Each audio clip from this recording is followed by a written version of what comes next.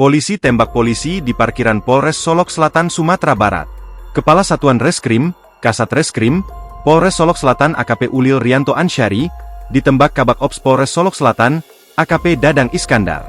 Dari informasi yang diperoleh, penembakan terjadi pada Jumat, 22 November 2024, pukul 00.43 WIB di parkiran Polres Solok Selatan, di Jorong Bukit Malintang Barat, Nagari Lubuk Gadang, Kecamatan Sangir, Kabupaten Solok Selatan, Sumatera Barat.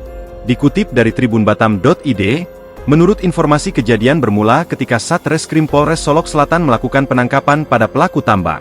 Pelaku tambang diperiksa dan dimintai keterangan di ruang Reskrim Polres Selatan.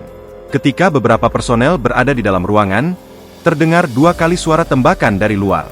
Personel polisi langsung memeriksa kondisi luar. AKP Ulil Rianto Ansari sudah terkena tembakan dan terkapar tidak bergerak.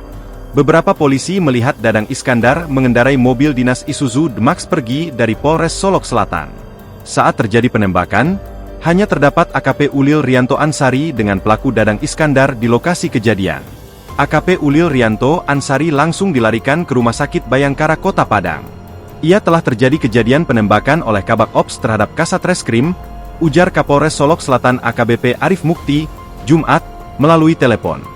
Kasus penembakan oleh Kabak Ops terhadap Kasat Reskrim ini, menurut Arif Mukti, masih dalam tahap pemeriksaan oleh Polda Sumatera Barat.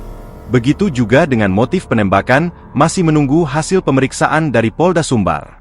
Saat ini sedang dilakukan pemeriksaan oleh Polda Sumbar, ujarnya. Ulil segera dilarikan ke rumah sakit.